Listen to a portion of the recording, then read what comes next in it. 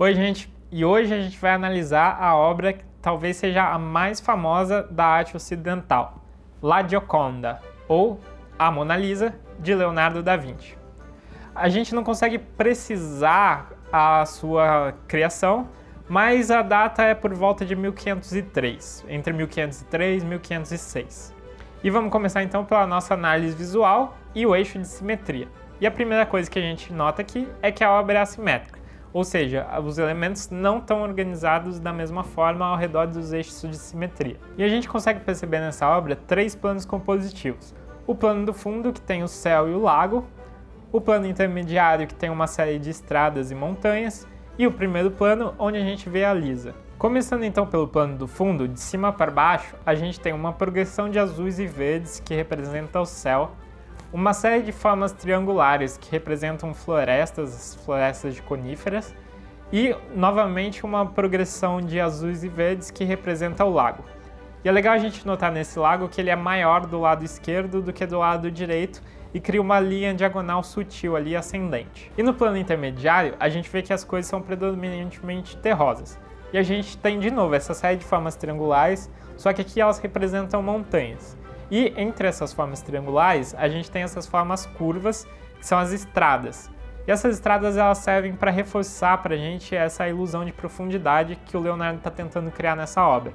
Então a gente vê que elas são maiores na base e elas vão ficando menores conforme chegam no topo. E isso é um reforço do plano de fuga central, que eu já expliquei aqui naquela obra da Frida Kahlo. E chegando no primeiro plano, a gente tem a figura principal, a Lisa. E logo de cara a gente consegue ver que o Leonardo explorou muito a proporção áurea aqui, que a gente conhece como regra dos terços. E ele trabalha essa regra dos terços para distribuir essa figura ao longo da composição. Dividindo a obra em terços, então, vamos começar a analisar pelo terço horizontal central, que é onde a gente tem menor complexidade compositiva. Aqui a gente tem o busto da Lisa. E a gente vê que esse busto está criando uma diagonal descendente. Essa diagonal descendente ela reforça a ideia do plano de fuga central e ela contrapõe a diagonal que a gente tem lá no plano de fundo. Partindo então para o terço inferior da composição, a gente encontra as mãos da figura. E a gente vê que essas mãos elas estão posicionadas um pouco mais à esquerda, entre a divisão do primeiro terço para o segundo terço. Isso cria uma tensão visual e atrai nosso olhar para ela. A gente consegue perceber aqui também dois movimentos. Um paralelo à obra, da direita para a esquerda. E o outro é um movimento descendente que ajuda a reforçar a ilusão de perspectiva.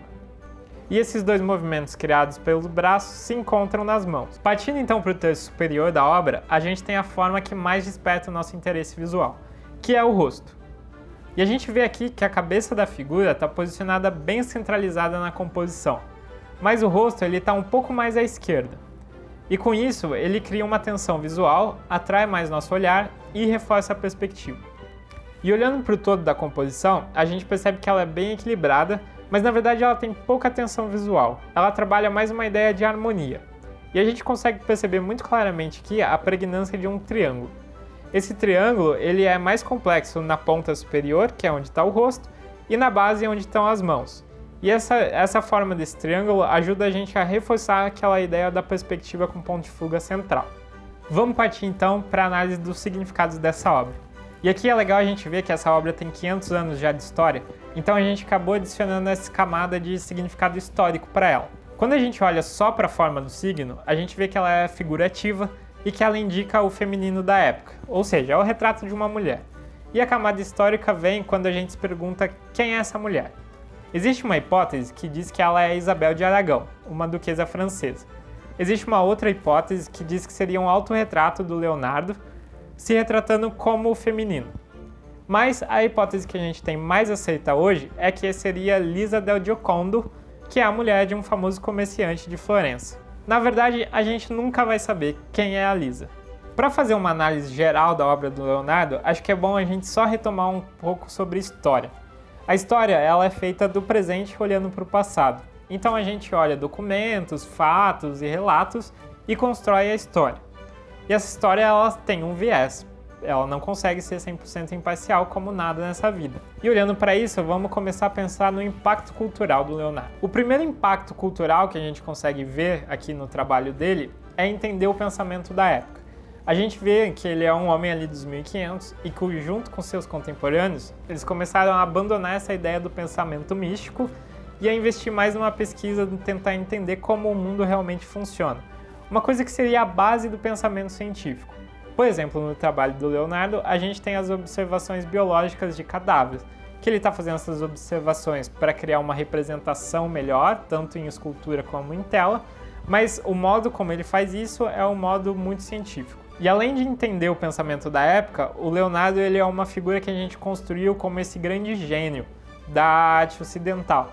Então a gente tem, por exemplo, obras de ficção que tentam decifrar o trabalho dele. Quando a gente olha para a linguagem que ele criou, a gente vê que ele está tentando retratar a realidade. Ele está buscando uma linguagem que seja verossímil.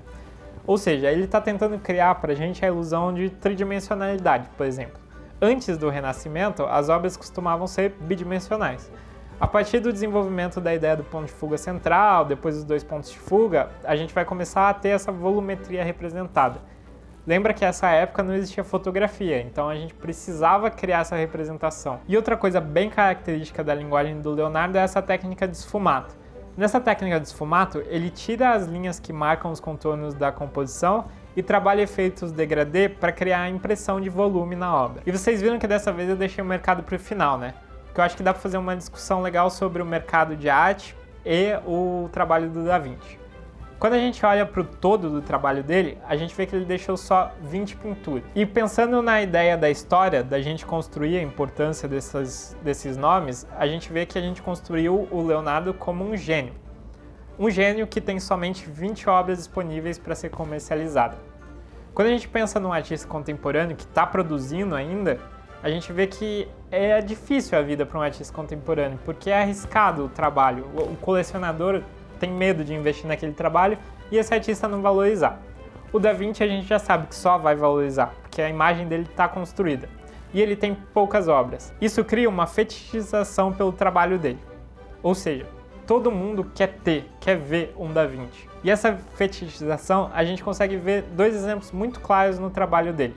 O Salvatore Mundi, que foi a obra mais cara já leiloada na história, e que desapareceu, e eu posso contar essa história aqui, se vocês comentarem aqui embaixo pedindo. E a Mona Lisa. A Mona Lisa, ela é um símbolo da cultura ocidental. E a gente quer ir lá no Louvre e ver ela, a gente tem toda aquela história de que você só pode ficar 10 segundos na frente dela, tirar um selfie e correr. Você não pode realmente apreciar a obra. E a gente nem sabe por que a gente quer ver essa obra. A gente só sabe que essa figura existe, está lá e que a gente quer ir lá ver. E a análise de hoje foi essa, gente. Vocês já sabem que lá no meu Instagram tem mais análises, então me segue lá. Aproveita e ouve o meu podcast com o Cadu Silva, que é o Mais Uma Cadeira. Vou deixar o link aqui embaixo para vocês. Curte, compartilha e a gente se vê semana que vem.